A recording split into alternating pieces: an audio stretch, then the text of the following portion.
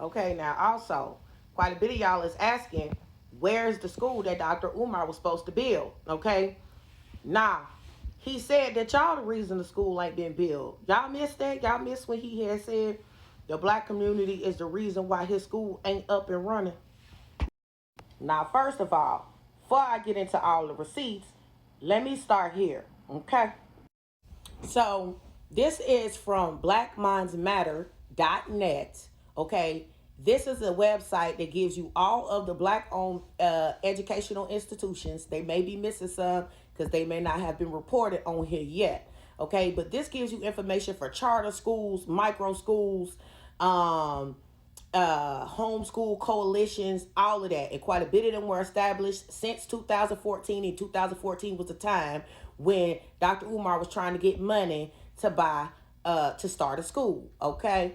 So in the country, nationwide, there are 520 black owned schools. Now remember this. I want y'all to remember this as we get into what Dr. Umar said about his school not being built.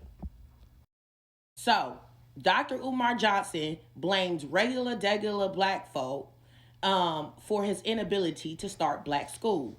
This what he so this was this year. This was 2024 actually.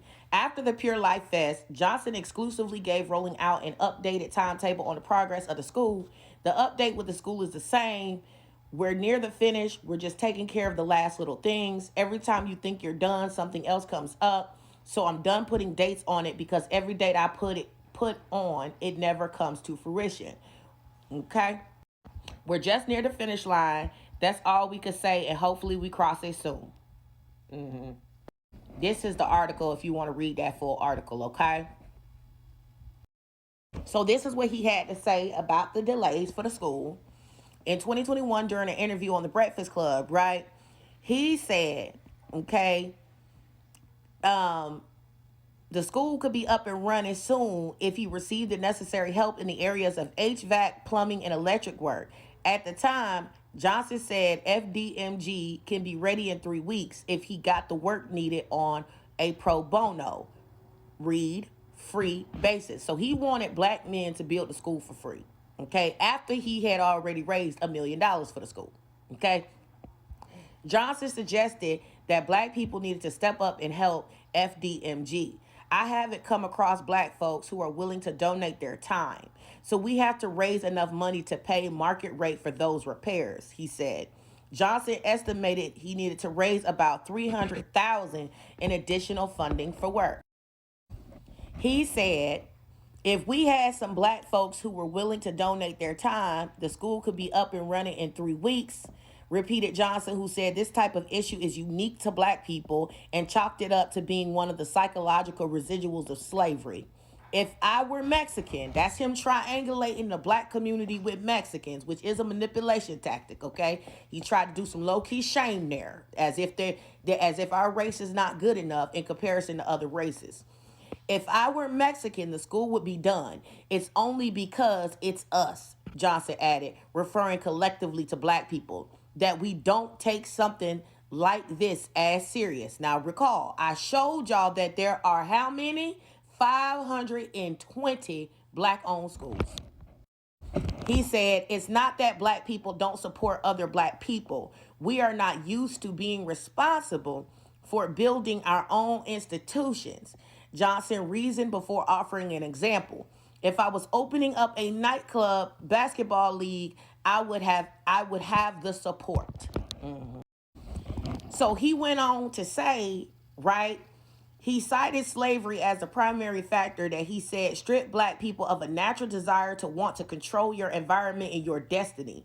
Citing ethnic nationals who come to America, Johnson claimed the first thing they do is look for where are we going to build our first community.